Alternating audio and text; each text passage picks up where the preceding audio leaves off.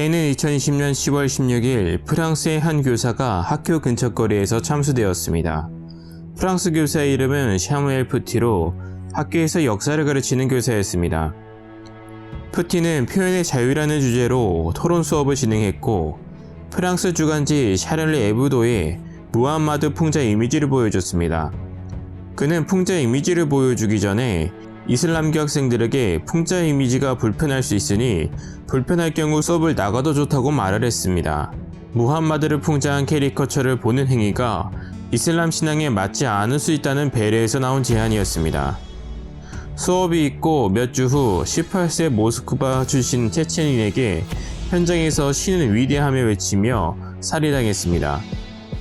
당시 푸티와 용의자의 관계는 확인이 되지 않았고 범행의 동기도 제대로 파악할 수 없었습니다. 이 사건에 대해 에마뉴엘 마크롱 프랑스 대통령은 이번 사건을 테러로 규정하며 이날 밤 늦게 푸티가 근무하는 학교를 찾아 우리 동지 한 명이 표현의 자유, 믿음과 불신의 자유를 가르쳤다는 이유로 살해됐다.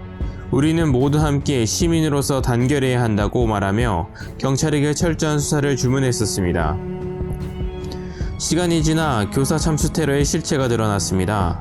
참사의 시발점은 13세의 소녀의 거짓말이었습니다. 13세의 소녀는 잦은 결석으로 학교로부터 정학 처분을 받았지만 아버지에게 사실대로 말하지 않고 역사교사 샤무엘 푸티가 무함마드 예언자의 나체 사진을 보여주겠다며 이슬람 학생은 교실 밖으로 나가라고 했고 자신이 이에 항의하자 교사가 이틀간 정학 처분을 내린 것이다며 아버지께 거짓말을 하였습니다. 이 이야기를 듣고 화가 난 아버지는 자신의 페이스북에 교사를 파면할 것을 요구하는 영상을 올렸고 이 영상은 푸티의 죽음으로 이어졌습니다. 더욱 중요한 점은 이 소녀가 사무엘 푸티가 진행하는 표현의 자유와 신성 모독의 주제로 진행한 수업에 참석한 적이 없다는 것입니다. 하지만 이미 교사는 소녀의 아버지가 올린 영상을 본 이슬람 체첸인에게 참수되었습니다.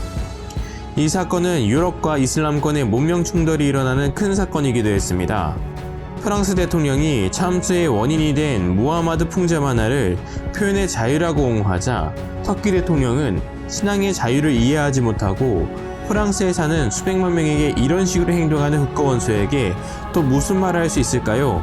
정신과 검사가 필요합니다라며 거칠게 비난했었습니다. 아버지의 꾸지람을 면하기 위해 했던 아이의 거짓말은 나비의 날개 짓이되어 한 교사의 죽음을 불러왔습니다. 심플 정리. 프랑스 교사가 이슬람 체첸인에게 참수당했다. 원인은 학교에서 아이의 잦은 결석으로 내린 정학 처분을 아이는 아버지에게 거짓말을 하였고 아버지는 이 사실을 SNS에 올렸다. SNS에 잘못된 정보를 본 체첸인은 프랑스 교사 샤무엘 푸티에게 테러를 가해 프랑스 교사는 운명을 다했다. 이상 심플튜브였습니다.